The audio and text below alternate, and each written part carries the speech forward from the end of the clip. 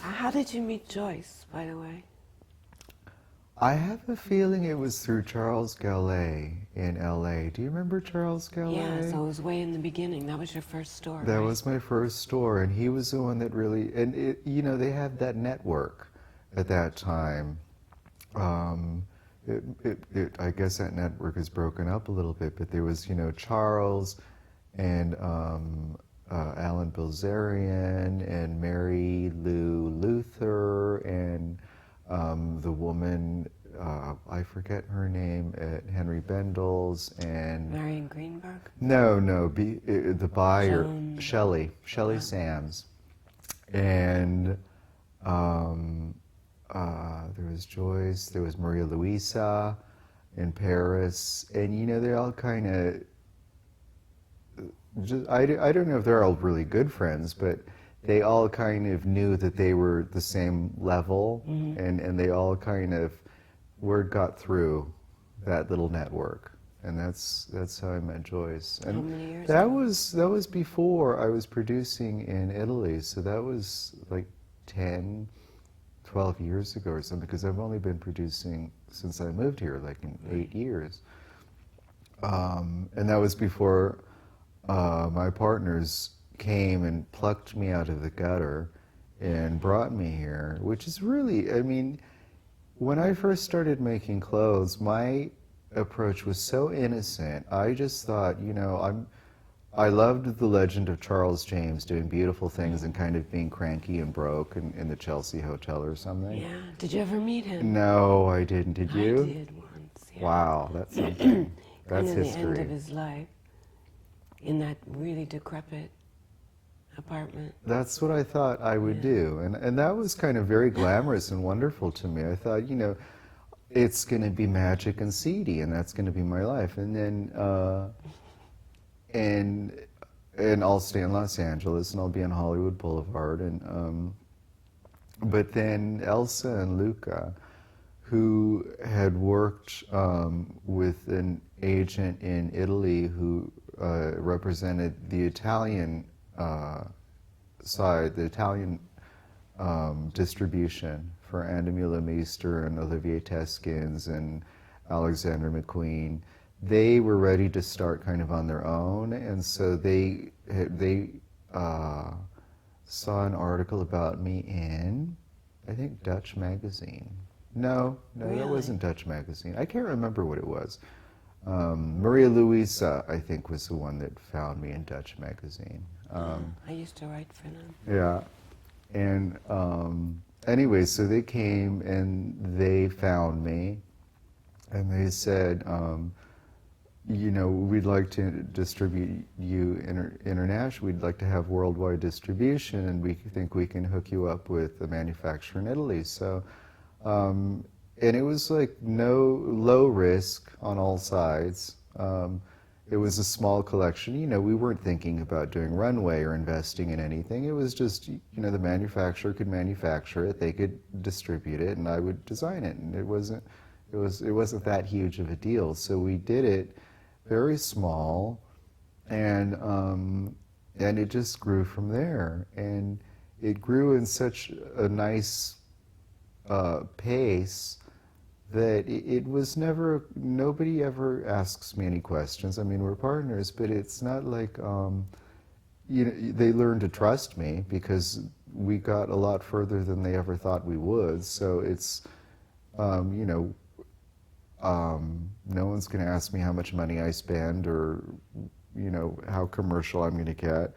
And as a matter of fact, with Elsa and Luca, they have such integrity that they're very protective that I don't get too commercial. And they're like, they would do anything to protect the image of the brand or to allow me to get as extreme as I want. Because it's important to them to have that kind of company. They want to belong to that kind of company because they were the groupies who crashed the Comme des Garçons shows and who would try and get any scrap of advertising or anything that, like those catalogs that Comme des Garçons did in the stores. And they grew up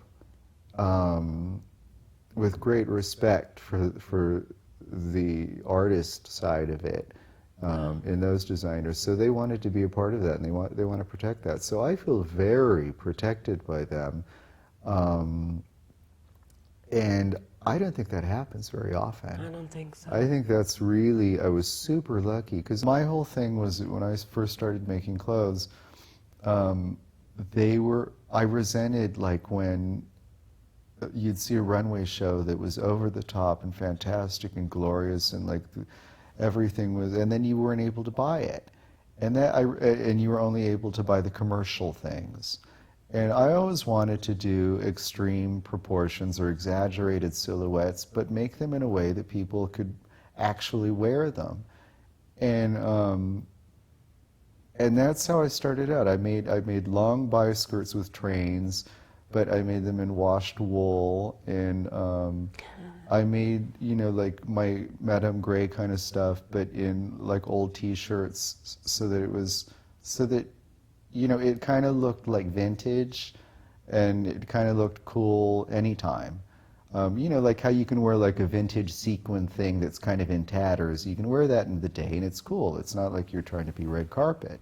And people say you do so many collections and stuff, and How many do how you can do? you? Yeah, and they, you know, and I'm thinking, well, it's not that hard. I mean, I just don't do anything else. I mean, I don't. It's not like you know, I don't socialize really, and I don't go to parties. I don't do anything. I just work, but that's my favorite thing. So I mean, it's fine. How long was it till you were selling in Hong Kong? Was it right away? Oh, right away. Right Yeah, away. I mean, she bought like the first day we met, from what I remember. It was pretty. I've been selling to Charles for a little bit, and I think she just trusted that. That's great. And when did you go to Hong Kong? I never did. But you're opening a store there soon, no? Yes. You never went to Hong Kong? I never went to Japan either for that store opening. I didn't go to Korea for that store opening. Oh, right. I remember you told me last year you were doing the Korea. How come? I don't like traveling that much. Really? Yeah. So you're not going to go to I don't Hong hate Kong? traveling, but you know, luckily we're the kind of house where it doesn't seem that, it wasn't built on that. It wasn't built on me being places and doing appearances, and it was built on, the kernel of it was built on me having relationships with those buyers and talking about what was selling and what worked in the stores and everything. It was very commercially based. It wasn't editorial. It wasn't me being friends with magazines. It was just me and the buyer figuring out what would work in the store. And because of that, I think I feel like I can get away. But you know, I'll just pop in there someday, and I'll probably be dusting the shelves, and when people walk in, or like folding clothes or something, because you know I like being in the store, and I hang out in the London store, and I hang out in the New York, in the Paris store, because I like sitting there with like Barbara. I don't know if you know Barbara in the Paris store. She's fantastic. I hear about it from a friend of mine. I like going there on my way to the gym and having a coffee with her and like trying stuff on to see how the production looks and to hear like what is working and what's not, and you know what we need, and she makes, you know, every season she makes a wish list of things that she wants. And if it's something... What kind of things are on our wish list now? Simple things like leather leggings. I mean, it's very commercial things, very simple things, or like a jacket that we did for the men's that the women would like in their size that never occurred to me. And I'm thinking, yeah, that's a great idea. And a lot of simple things that I forget, like, because you know, it's kind of, there's a certain amount of pressure to do so many new things that a lot of times I forget about the old things that really worked. And that's what I need, because just because the pace is such that I'm always kind of moving forward, that I forget about the old stuff that she reminds me was successful. And I'm thinking, how could I have forgotten about that? That thing is great. Yeah, let's do it again in a different fabric. And yeah, so that's great. I need that. I need those reminders. So if you were to wish Joyce, the brand, Yeah. something for the next 40 years, because it's our anniversary, what would it be? Oh, God, success. What else? I mean, that's what it's a business. I mean, I don't get too mystical about what we do and everything.